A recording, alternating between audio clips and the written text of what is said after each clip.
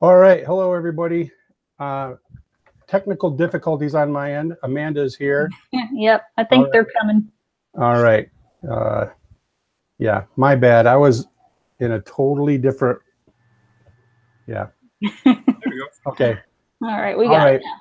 We're in here now. All right. So now maybe my refresh will work on my computer so I can at least see what's happening out there. Refresh, please. All right. So even though we have 0 viewers right at the moment, again, we don't want dead air, as Devin has mentioned. Yep. And so tonight we have with us Amanda, Geogurl82. Hey. And we have Keepers of the KeepersOfTheCacheFlo, Devin and Andy, and a little one. All right. And now I'm going to see if we can get this to be up on the Geocaching Network page. Let's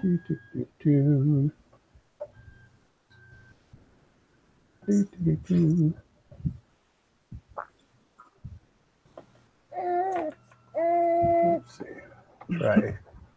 Try this. Your guys are going to disappear from me for a minute. Okay. Let's go here.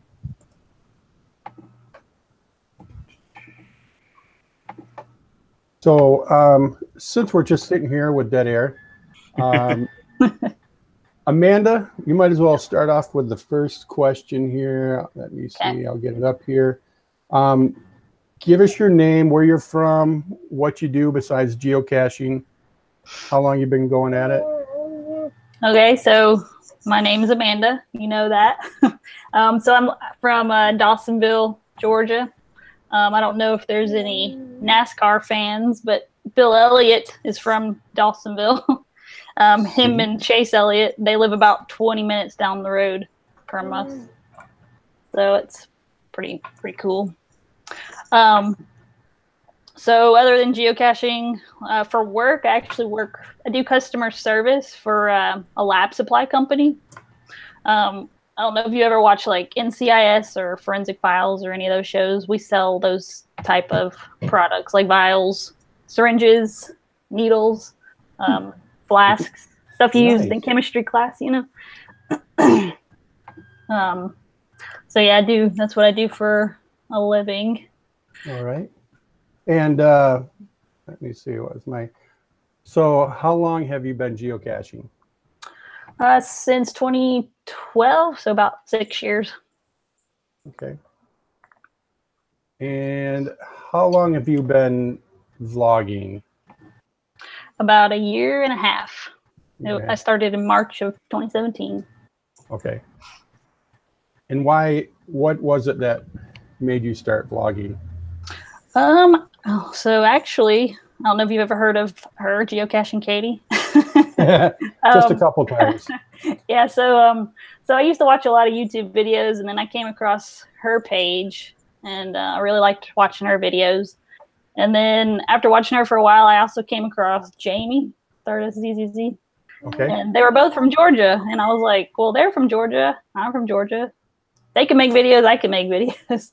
Sure. So I decided I was going to start making my own, so I did, and I've been ever since. Oh, sorry about that. Okay. Let me see. I'm going to pull you up here. All right, Devin and Andy. I'm going to put you on the screen there. I'm going to turn it off so you don't see me looking around and doing other stuff. But kind of the same question. Yeah, I brought up the show notes list. Okay. Yeah, go for it. Well, like you said, our names are Devin and Andy, and then we got Odin, and then the other 2 kids are Carter and Kira. We are from Alberta, Canada, and we both were born and raised out here. Not really anything too exciting. It's Alberta. It's Alberta. You like farms? Got a lot of those. Yeah, Nice. We got farms. We got oil. Farms are cool. our community actually is in the Guinness Book of World Records for the world's largest snowmobile rally thing. Nice. They beat the record by like 7 or 8 snowmobiles. So Wow. it was pretty close. And then for real life work, we raise children. That is real life. I haven't worked since last September. Saskash hasn't worked since just before Odin was born. She's going back to work starting next week, though, at the liquor store. Very bar and liquor oriented, not as a personal, but as an employment basis. Cool. Typically, though, I do industrial scaffolding, which is fun, sometimes scary.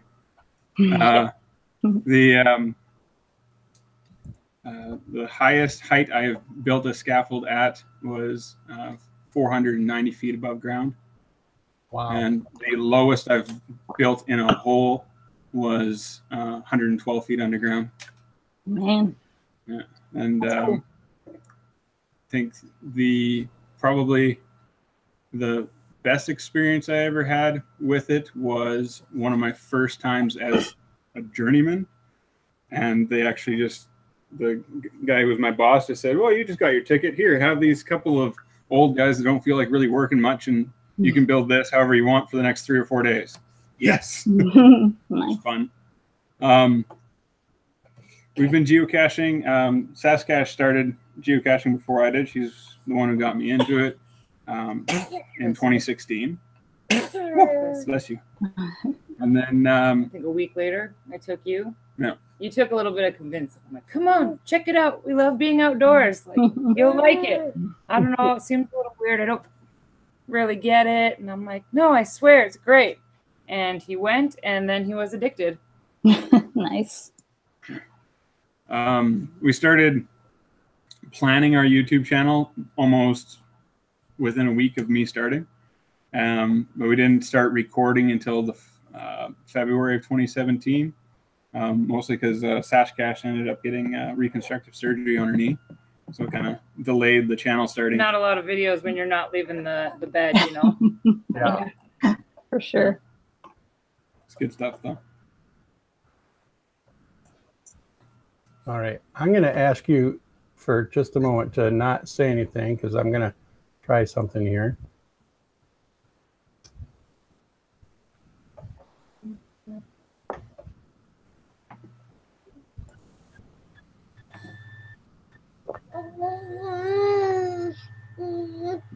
Nope, that's not it.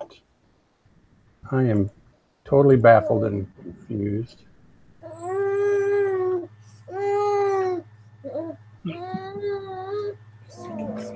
And my phone is blowing up. So, let me see.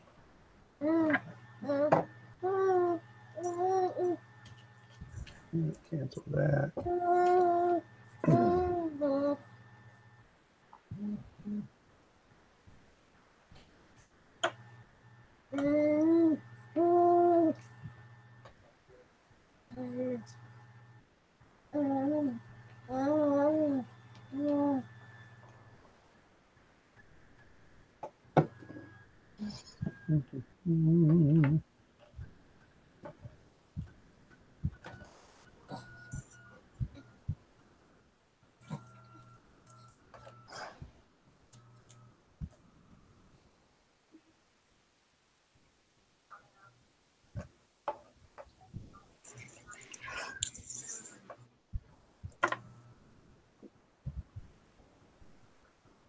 Okay, let's try this.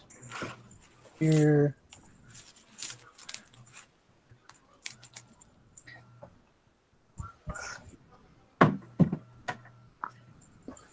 Odin, you're not helping the situation.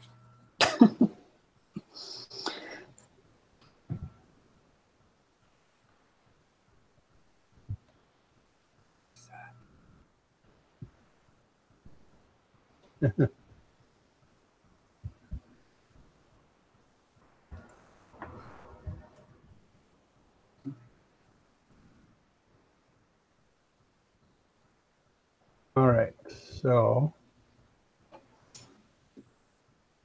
now let me go. Why it's not showing up on the page is beyond me. So let's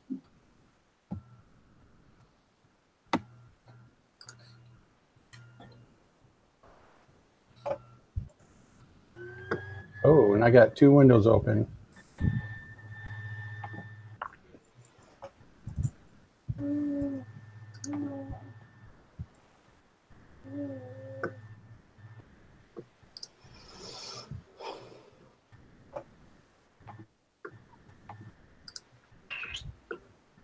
And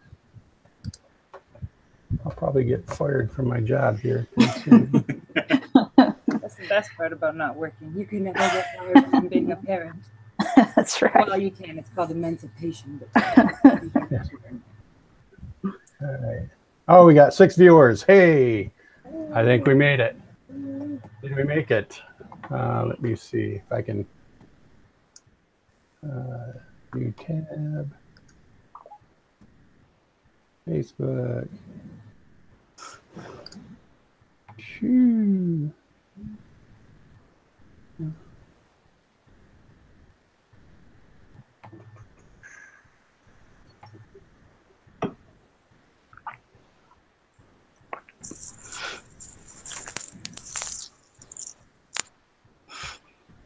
Everybody out there, we're having technical difficulties, so here I'll stick me back on there.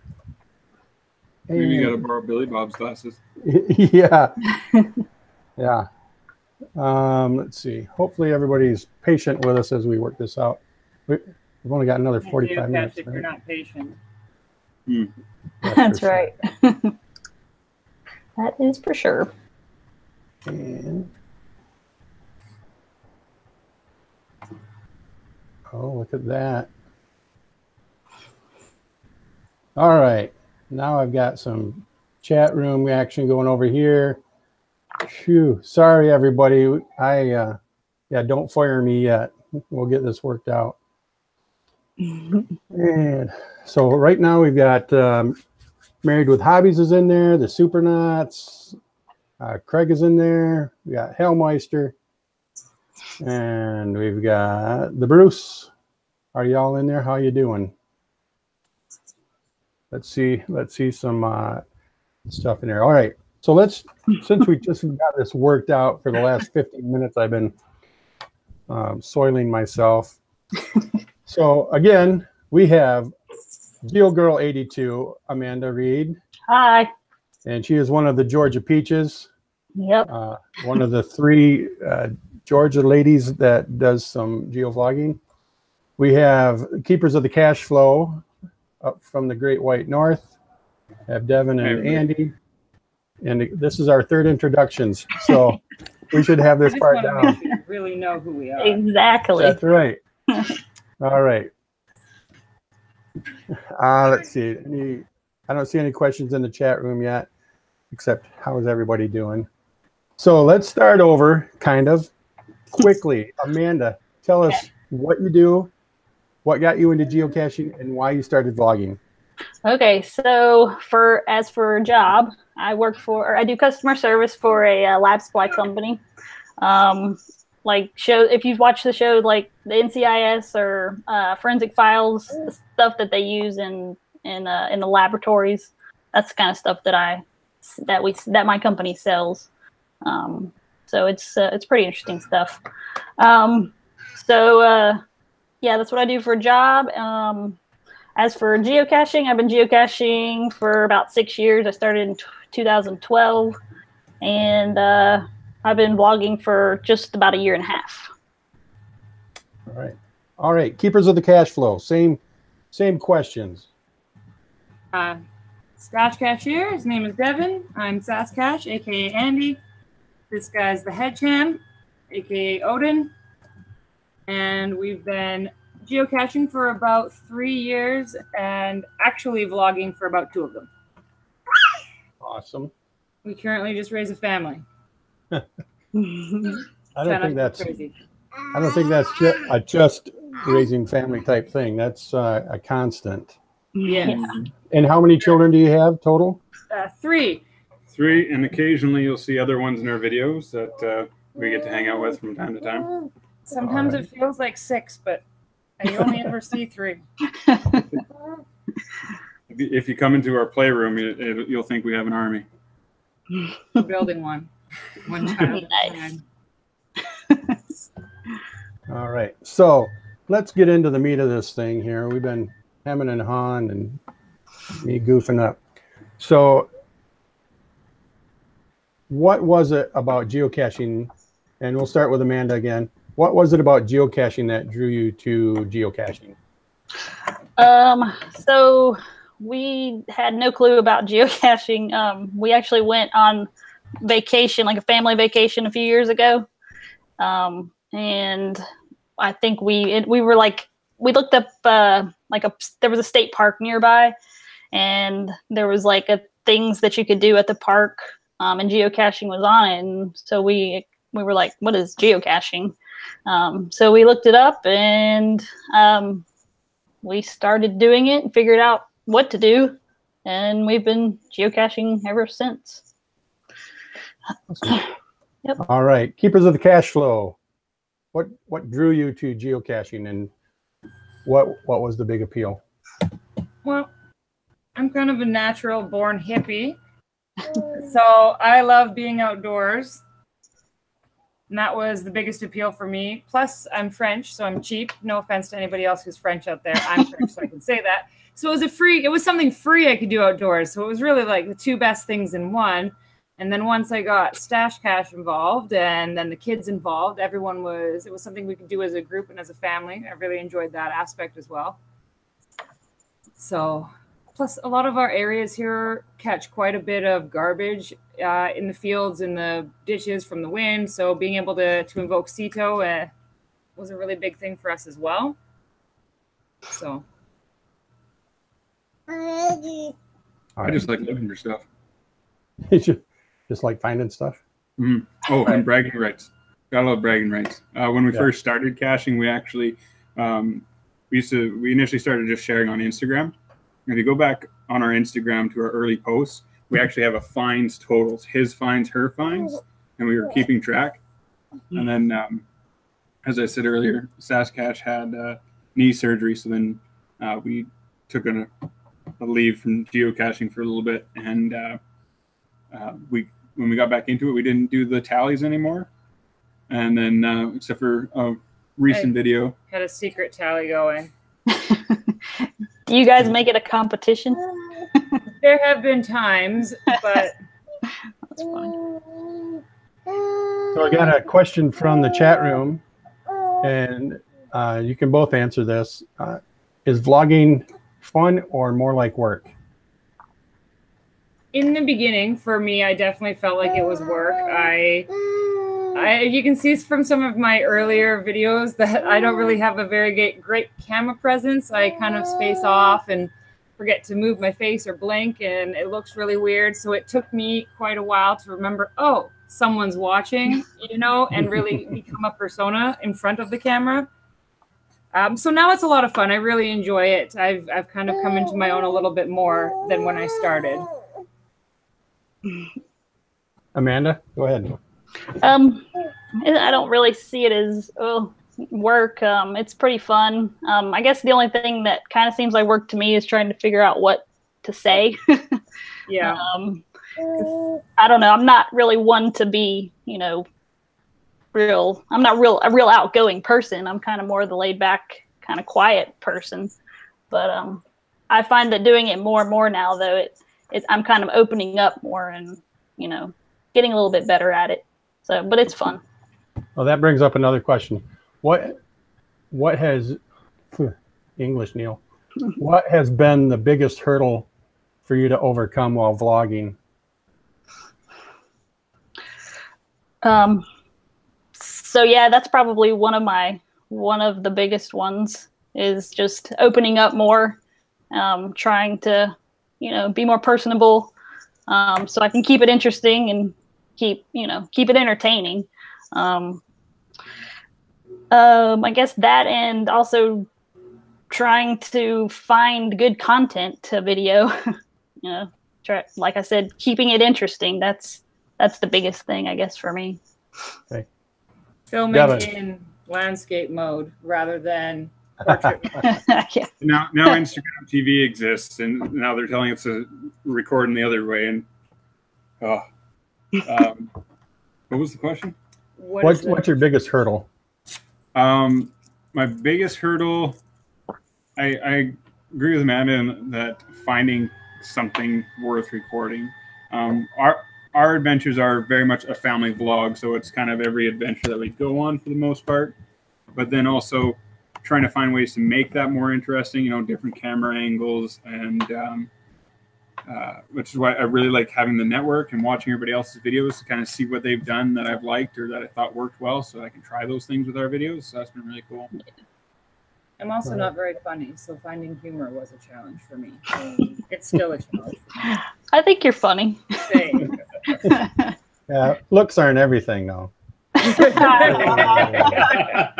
was a good one. I'm a few pages. So Scott No High Videos asks, if you were making a 5-minute video, how many minutes of video would you shoot to get that 5 minutes? Oh, that's tricky. Hour and a half. Yeah. Yeah. As an example, our video we just did for Saskatch's wrap of the that wrap video, the total footage before I started editing, and like there's some we didn't use at all, but I think I had an hour and 48 minutes worth of footage. Well, really, you never know when you're going to capture a really great moment. It could happen in the vehicle before you even start. It could happen while you're getting out of the vehicle. You know, the camera's always rolling. It'll catch anything that might come up that could turn out to be really great content. So, right. How about you, Amanda? Yeah, about the same. Like sometimes I don't even realize that I have that much. Like I leave when I'm done. I'm like, man, I don't feel like I got that much. But then I get it all on the computer, and I'm like, holy cow, I have so much. How am I gonna go through all this and pick and choose? But yeah, probably about the same. Yeah, I think I was out Sunday coming home from Midwest Geobash, and there was like 3 or 4 caches that I wanted to get. So I stopped to do an earth cache, and I had to walk. It was 3/4 of a mile back and 3/4 of a mile back to the road. So I just left my camera on. I didn't leave it on, but I left the power on. Normally I'm like power down in between things, but I thought I'm walking for 3/4 of a mile through the woods. You never know when you're going to turn around and there's a deer standing there. And so for that 3/4 of a mile walk with the power on, draining my battery, nothing. I get in the car, I drive over to get this TB hotel in a town in this abandoned warehouse parking lot. I pull into the parking lot, there's a deer standing in the parking lot. Of course, the camera's laying in the seat. So yep, that's how it goes. Has deer everywhere. They know when it's hunting season, and at that point in time, they live in town. So She almost got attacked by one actually in was it February or March?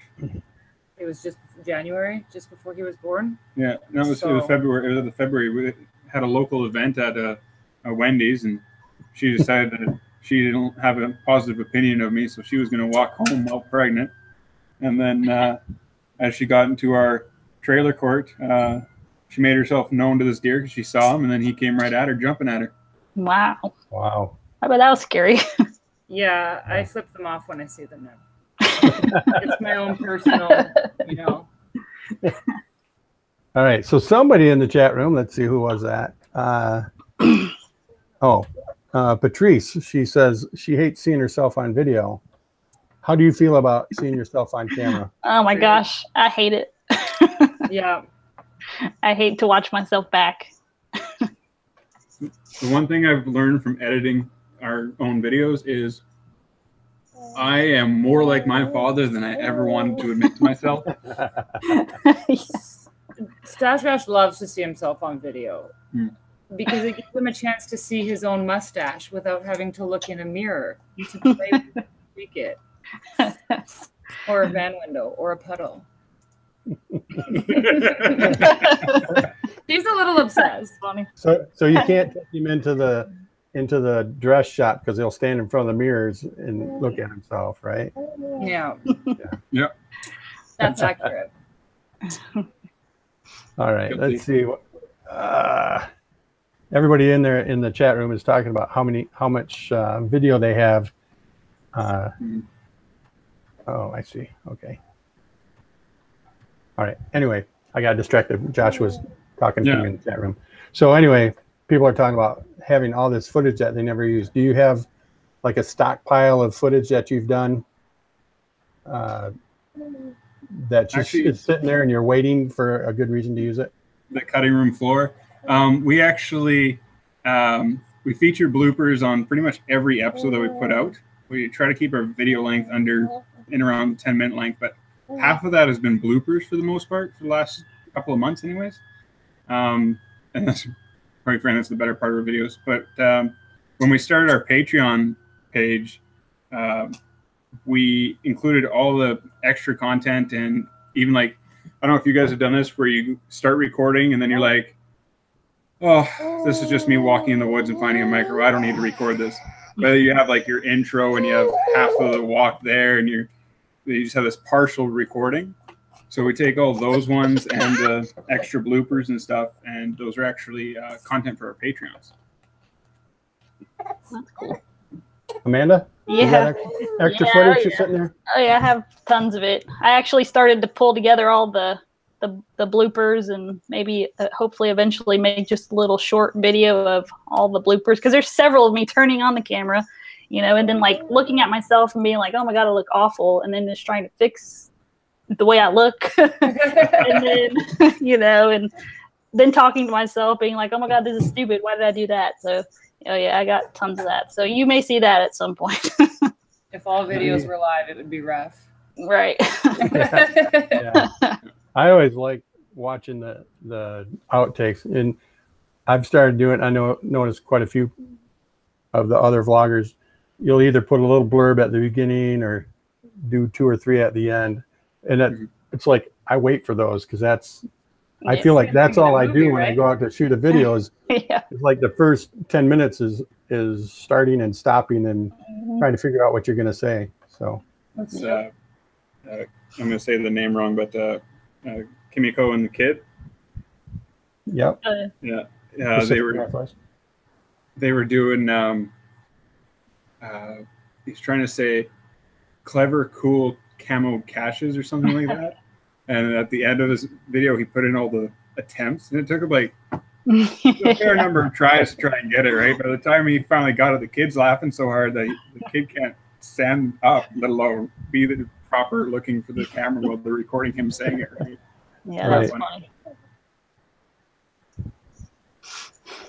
All right. So anybody in the chat room, if you have a question for either of our guest vloggers tonight, go ahead and stick that in there. Joshua is setting up. I did not have the live feed set up as public. My bad. So he's doing that for us. So hopefully we'll get some more viewers in here. Let's see. So what has been your biggest reward for vlogging? I know Adventures with Dan, he talks a lot about people that come up to him and say, I'm so glad, I watch your videos. I'm so glad you put them out. What has been your biggest reward of doing these videos?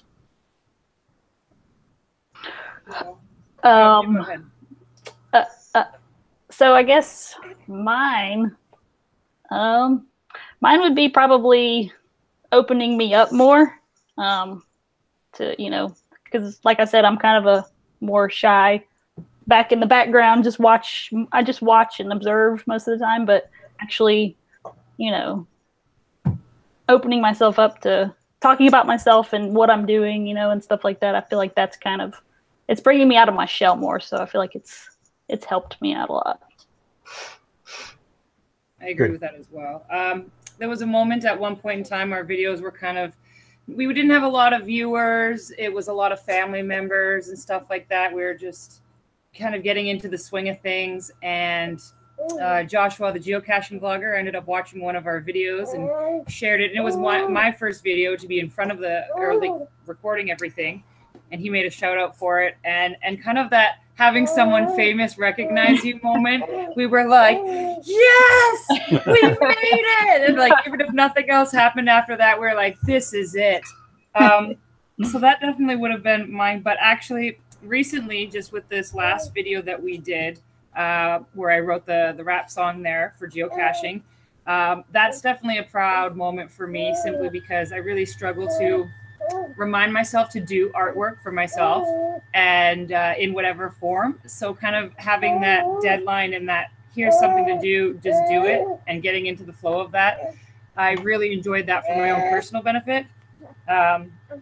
So that's definitely the highlight for me right now, but it's ever changing. So. Yeah. All right. All right. So we got another. I'm sorry. Did you want to say something, Devin? I'm just like, I was trying to think of something of a highlight for me, but I couldn't really think of one for me so much for the kids. They're at the stage where they play for what they're in, what they're shown, what they're introduced to, right? And so our little girl, Flutterby, she actually takes our phones and she vlogs around the house all the time now. And she used to be one of those kids that only made noises, wouldn't use her words, even though she knew how to talk, even with us at home. So just from encouraging her to interact on our own videos and then her playing with our cameras at home, she now I can't shut her up. It's good, right? It's good for her. It's great to see that. She'll be going into full-time school next year, or part-time this coming September, and then next year she's in grade 1. So it's really great to see this sudden jump to being an actual participant in the social aspect of life versus trying to hide it from it. So it's been really awesome to see that. We call it the Kira Chronicles, and we've put them up on Facebook now just for our friends and family. And she's unknowingly hilarious, and she's just the most adorable thing. So it doesn't matter what she says, you just want to sit there and watch her. And yeah, she's a riot. That's cool. That's good.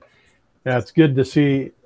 It's good to see the families, like I guess the Stash family, you know, with your kids, and Hailmeister has his kids in once in a while. Yeah, Sir Drumalot has his boys in his videos. And I've had a couple of my grandsons in my videos early on. It's hard. They're getting a little older and their families do things. So it's getting a little harder to get them in. My one grandson ends up in Chicago once a month to be with his dad. But so we had another question, but before we get to that question, Devin, you have a little giveaway you want to do? Oh, yeah. So we have this lovely Woodlands County geocoin. I'll show you the back here. Here are the code. The little slogan is "Bring it." And white court theme. Yeah, it's our community, our local town is the largest municipality within the county. So it's kind of works for both of them. And then we also have, Saskash's path tag that she made. She designed this one for our first attempt at a path tag. And what I would like to see is who can tell me who were the first for the original Geocaching Network live streams. There was the first hangout done in 2012. Who were the 4 participants? 2012. Come back. Yeah, it's right at the beginning. So first person to send me that in the chat, they'll get to win these 2 So items. you want to know the 4 people in the very first GCNW live chat in 2012, and you know the answer. Yep, I was watching it the other day. All right. Well, let's see who comes up. Well, of course, you know, Josh, you were there. I think I know the answer to this one too. So I don't think I know this one. And Actually, it was through watching that I learned how old one of the participants' channel really was. I didn't realize it had been around that long. I think Craig's onto something there. Looks like I think two of them. There's 4. Were the other 2 female? There was 1 female in the group. Okay. One of them no longer hasn't done videos in some time. The other one there. But I actually really enjoyed their videos prior to them going on hiatus. This is Odin, everybody. Every time Amanda pops up, he's really into the ladies. So every time Amanda pops up, he leans right in and does a little like, yeah, yeah. Okay, there we go. Yeah. Oh yeah, Craig got it. Okay. Oh, Haklava. Yep. She was on the first one. I did not know that. Oh wow. Yeah, I didn't realize how old her channel was. Yeah, she was when I first started watching. When I first started getting into geocaching, I went to YouTube and saw Josh's videos and Geopat. Yeah. And then I watched when GC Doc started coming into it. But Haklava's, I watched her. Hers were in there too. She didn't do a whole lot of them, but she was in there. And then yeah, Geopat, I always loved watching his videos. Yeah, I liked watching Geopat too. He had some good ones. Yeah, his last video there was with his dad, and then I was looking in the chat and people were like, "Where did you go? Where did you go?" And I stalked him on geocaching.com and reassured everybody that he was still alive and caching because he was active on geocaching.com at least. Yeah. Yeah. So Craig's the winner of the coin, eh? Yeah.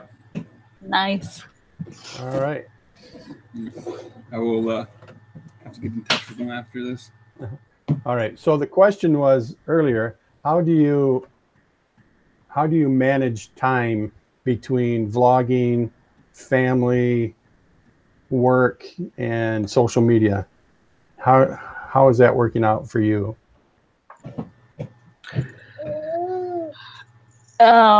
So for me, luckily most of my family likes to geocache. And plus I don't have kids, so it's a little, I guess, probably a little easier. But yeah, most of my family, at least my husband, likes to geocache, so usually he goes with me. So well, you had that proposal with your brother, right? Yeah. Your brother did the proposal? Yeah. So They don't really geocache much, but it was an awesome video. Thanks. Yeah. It took a little bit to get because that's what he wanted to do. You know, ever since I started geocaching, he was like, I want to do that when I proposed. So, and that was probably 6 or 7 years ago, and so he always wanted to do it. So that's what we did.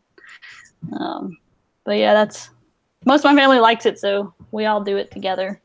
That was actually the first video of yours I watched. So trying to get familiar with all of the names for the longest time, every time he would say, your name, how would you? Is that the one his brother proposed to do?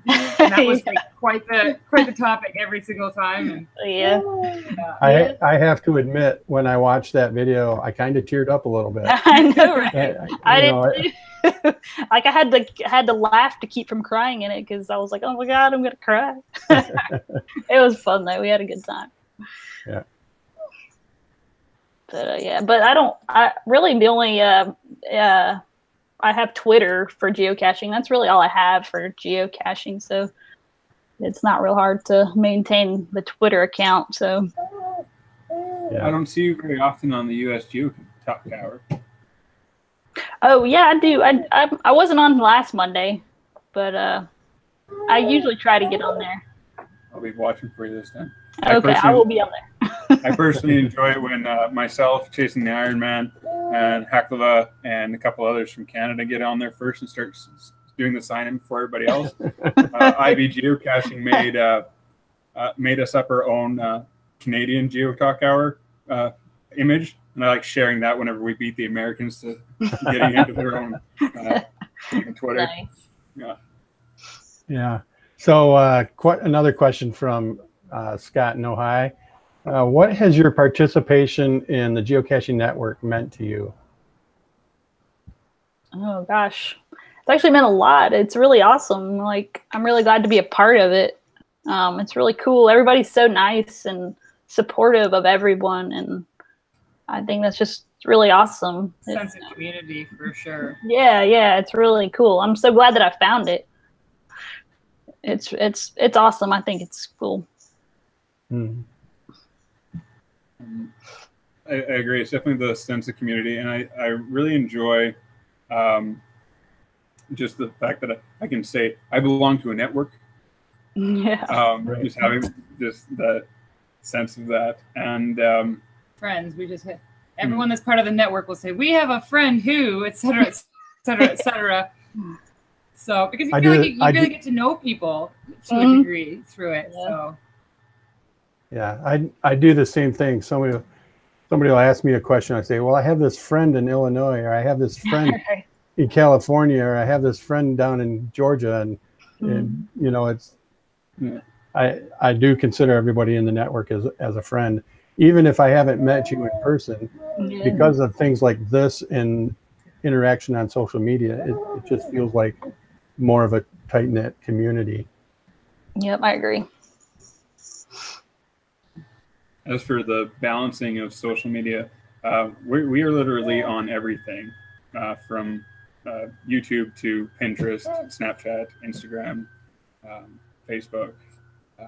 Twitter. Did you say Twitter? I don't know if I said Twitter, but like there's so many you forget to list them. right. Like I think the only one we don't really participate in is Google Plus. We have it. We just rarely use it. When I schedule a video for upload, it puts it there on its own, so I let it do that. But other than that, we're not on there. And I find there's definitely, you can see it on our social media. There's certain ones that we favor. Definitely Instagram, Facebook, and YouTube are our top three that we're on constantly. As we said earlier, neither of us work, so it's really easy to juggle not working with stuff. Is it though? No. I'm not sure how I did this when I was working, because I can never find time for it when I'm not working. There's always something else going on. But it is a fun challenge. All right. So the next question from Chasing the Iron Man. Do you have many personal friends who are subscribers and enjoy your channel, or does it seem like your main audience is out on the internet? I probably have most of the people are from the internet. Probably a handful of people are just family members. But yeah, I'd say most of them are from the internet for me. I would say for us, as per like subscribing on YouTube, it would be all internet except for when we made my mother subscribe because she didn't know how to. I told her, we just did it and said, look, now you're subscribed. Now you have a YouTube. You know, but on Facebook, because all of our stuff is linked to Facebook and our videos get shared to Facebook, our family is very participative in that, and they always make sure to like our videos or to give a little comment about something, and that's really supportive. So most of them don't really use YouTube, so YouTube specifically, it would definitely be internet-wise. Yeah, I just was looking over our subscribers, everybody has. It's mostly the network. Yeah, mine too. Which we already said is family, right? Or friends. So I mean, right. Exactly. Yeah, I think with mine, I don't, like in my family, I'm the only one that geocaches. And if I say something to a family member, they're like, yeah, whatever. You know, you get the eye roll, or I talk to my friends, or, well, now it seems like a lot of my friends are geocachers because I've went into that local community of geocachers. And so I do have quite a few that watch or subscribe to my channel that are local geocachers. But since I've recently rolled over 500 subscribers, I would have to say most of them are from the internet, because I don't think I have 500 friends here. So our family has definitely did the eye roll thing for us for a long time, but now both of our moms are always finding trinkets and garage sale items. Be like, I got this for you to put in the geocache, and you know, okay, thanks. So think the instance that turned my father more into willing to listen to about it, we have, the Pelican cases are basically indestructible and weatherproof, right? We have one that we can actually fit the 5-year-old boy inside. And that is the bonus cache for a series that we put out. And my dad helped us hide that. And since he saw that, he's been way more receptive to us discussing it, because it's all of a sudden it's like, oh, that's kind of cool that people are looking for this somewhere in the woods. Also, it gives them a chance to connect with their grandkids, and they're big on that as well. So Cool. All right. Well, we got about 10 minutes because we don't want to go over because people need to watch Geo Gearheads. We got a couple more questions here. Where'd it go?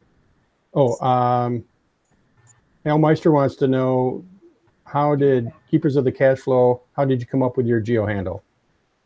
Oh, that one actually is basically, we kept going to caches in our area that were run down, missing lids, broken, trashed, and we'd be like, we'd be looking through the logs and it said it's broken for quite some time, but like, why didn't anybody bother fixing it? So we just kind of started fixing it up on our own, and doing that in the beginning, it was almost every cache we went to. Our first, we did 4 days straight, our first weekend of caching.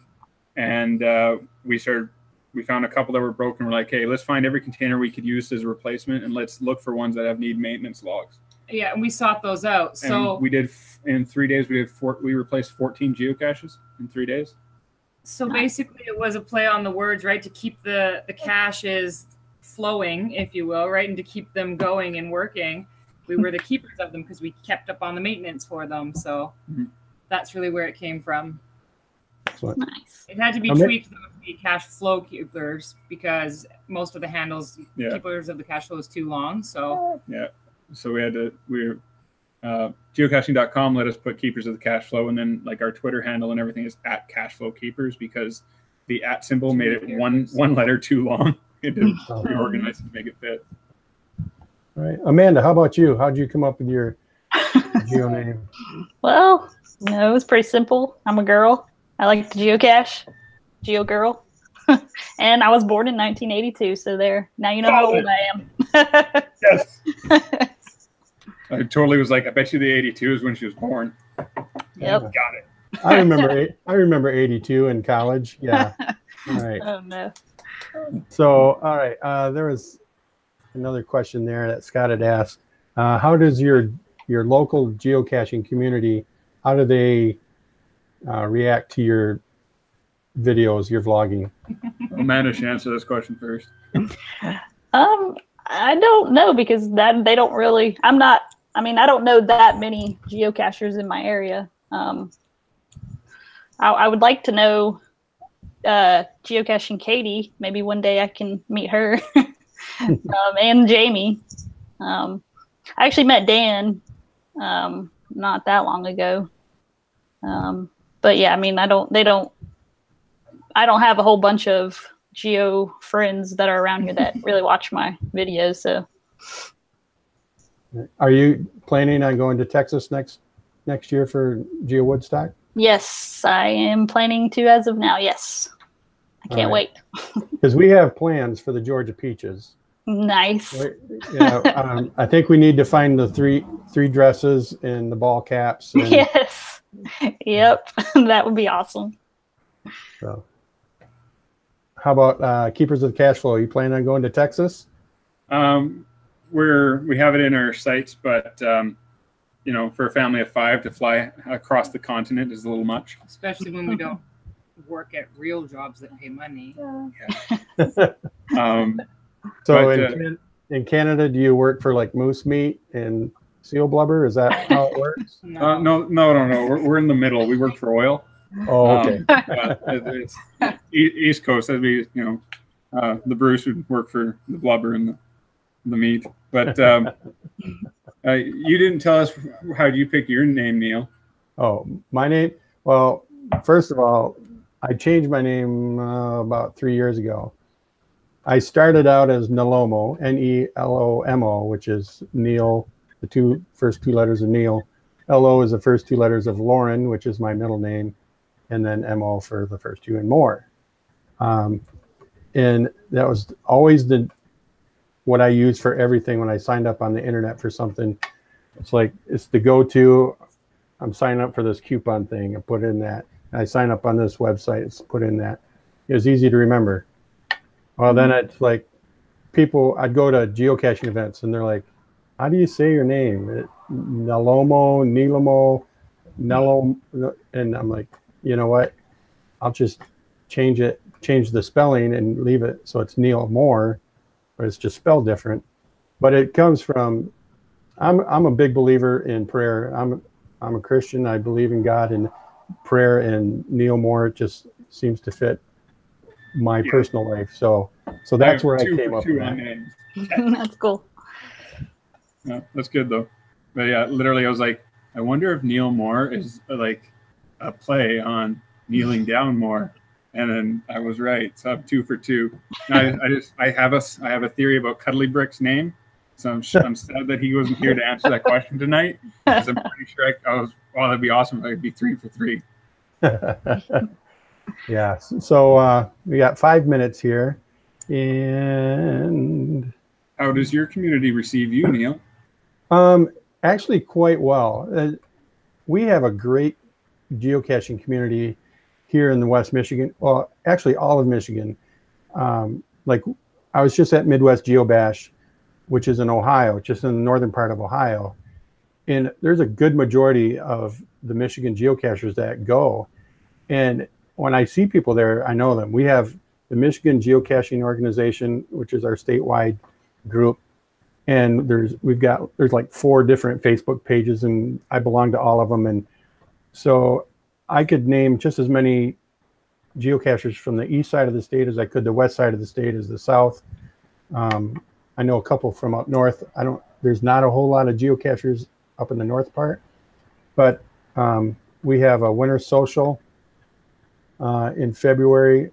It's held in Lansing, which is our state capital, and a lot of them show up there. But now when I go someplace anywhere in Michigan to an event, they all know who I am. They know I'm probably carrying it. If I don't have my camera, it's, hey, you're not taking video, or where's your camera? And I just have to tell them, hey, today's not about video. Today's about just hanging out. So I've gotten stopped a couple times just out in public in White Court by people who I never would have guessed watch our videos, but like I know who they are. Bumped into them a few times, and they're like, hey, I've seen you on your videos, for that thing you do, because they're not really geocaching savvy. And that's been really cool to be like, oh, someone I never would have expected, like they're watching us. And I think that's happened to me twice now. I think we have to blame my father for that. My father also hasn't worked in almost a year, but he's been dealing with stage 3 cancer. Sorry about that. He's doing really well, actually. He's just finished his chemo, and he'll be getting surgery in 10 weeks to reverse some of his stuff, and then he should be good to go, everything willing. But he's had more time on his hands, so he's watching our videos all the time and showing them to everybody that'll watch them when he's visiting friends and what have you, right? As for our local community, we've had some mixed reviews. We have a few people who have blatantly said that they don't think that it should be done at all for any reason, even if we're not spoiling none of it. And then we have other people who are just so ecstatic. We have Rat Root, whose caches we use for our rap video. He's given us blanket permission to show any of his caches. Same with one of the more creative cachers, our hiders here in the area, Hiking Granny. She's like, oh yeah, go right ahead. I love watching videos. I think they're awesome. She's actually a really big fan of Joshua. Hiking Granny is great. She goes to places where I'm like, if Hiking Granny can do this, come on, girl, I can do this. And hers are awesome. Yeah. We honestly thought that she was like a 20-year-old that just had that name to trick people. Because there's a couple of times where we're like, oh, this is a lot of work. All right. Well, we're down to the last minute, and I said we were going to go till 9. So we'll wrap this up here. I want to thank everybody that was patient with us through this whole, this whole big mess at the beginning. We'll get it figured out for next time. We'll make sure it runs smooth next time. Knock on wood, hopefully. So thank you everybody in the chat room for participating, for the great questions. Thanks to Amanda for joining us tonight. Thank you very much. Also, Keepers of the Cache Flow, thanks for coming all the way from Canada. That was a long trip. Participation, yeah. So we'll hopefully we can do this again in a month or so. We'll find some more guests. And we want to thank you for joining us tonight. And we'll see you next time on Geocaching Network, inside the network. All right. Good night, everybody. Cool. Bye.